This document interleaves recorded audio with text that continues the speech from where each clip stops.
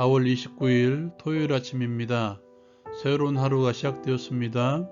오늘도 하루의 삶을 허락하신 하나님께 감사드리며 말씀과 함께 주님과 함께하는 기쁨 찬매일 묵상 시작하겠습니다. 오늘 말씀은 민수기 20장 1절에서 13절까지의 말씀입니다. 오늘 말씀은 미리암의 죽음으로 시작하고 있습니다. 미리암은 신광야 가데스 바네아에서 죽음을 맞이합니다. 그곳에서 이스라엘 백성들은 물이 없어 모세와 아론에게 불평합니다. 하나님께서는 그들의 불평을 들으시고 모세에게 명하여 지팡이를 들고 아론과 함께 이스라엘 백성들의 목전에서 반석에게 명령하여 물을 내게 하라고 말씀하십니다. 그 말씀을 듣고 모세는 지팡이를 잡습니다. 회중들을 반석 앞에 모으고 말합니다. 반역한 너희여 들으라.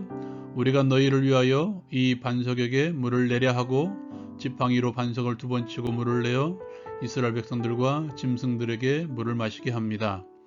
이 일 후에 하나님께서는 모세와 아론에게 말씀하십니다. 너희가 나를 믿지 아니하고 이스라엘 목전에서 내 거룩함을 드러내지 아니한 거로 너희는 약속의 땅에 들어가지 못할 것이라고 말씀하십니다. 그리고 그곳 이름을 이스라엘 백성들이 하나님과 다투었으므로 무리바라 짓습니다. 이곳 무리바가 가데스 바네아입니다.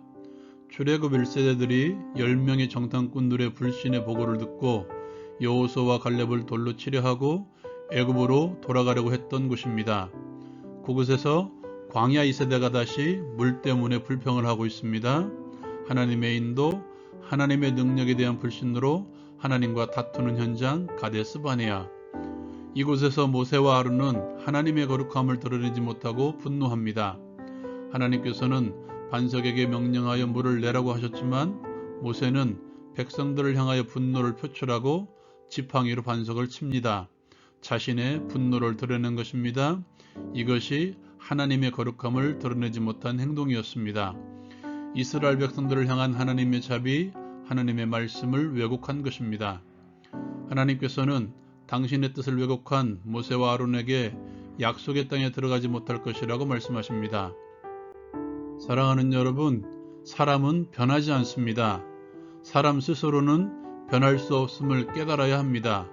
문제는 자신은 변하지 않는데 변하지 않는 다른 이들을 판단하고 정죄한다는 것입니다. 광야 2세대들이 출애굽 1세대들을 속으로 얼마나 원망했겠습니까?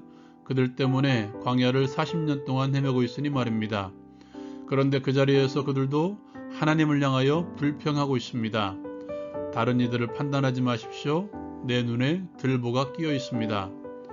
다른 사람들의 허물을 보고 있는 것이 아니라 내 눈에 있는 들보를 보고 다른 사람을 판단하고 있는 것입니다.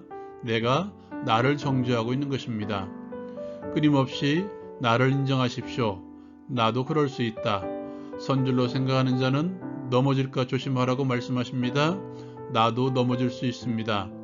나는 할 수 없다고 인정하고 내 안에 계신 성령 하나님께 나를 위임하십시오. 내 생각도 말도 행동도 내가 가지고 있는 모든 것을 그분께 넘기십시오. 넘기는 훈련을 끊임없이 해나가십시오.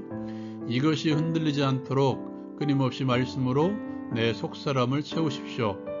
하나님의 말씀으로 채워져 있으면 그 말씀이 나의 삶을 지배하여 하나님과 다투지 않을 것입니다.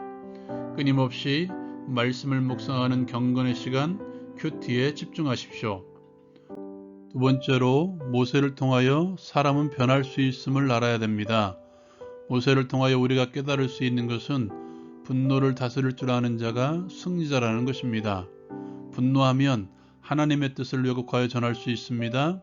특별히 말씀을 맡은 자들은 더더욱 모세를 통하여 자신을 볼 수 있어야 합니다.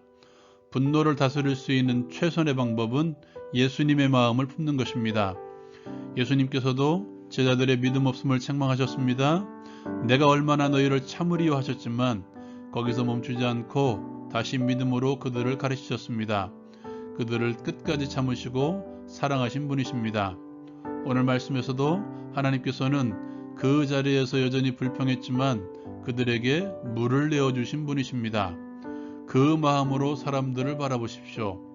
내가 분노하고 있는 그 사람을 위해서도 예수님께서 십자가에 못 박히셨다는 사실을 기억하십시오. 그 마음으로 사람들을 대하십시오. 그리고 바울 사도의 말씀처럼 옛사람의 모습들을 버리고 그리스도로 옷 입는 삶을 매일 훈련해야 합니다. 무엇보다 성령 하나님의 능력을 의지하십시오. 성령 하나님을 힘입어 속사람을 강건하게 하는 경건 훈련을 매일 해나가십시오.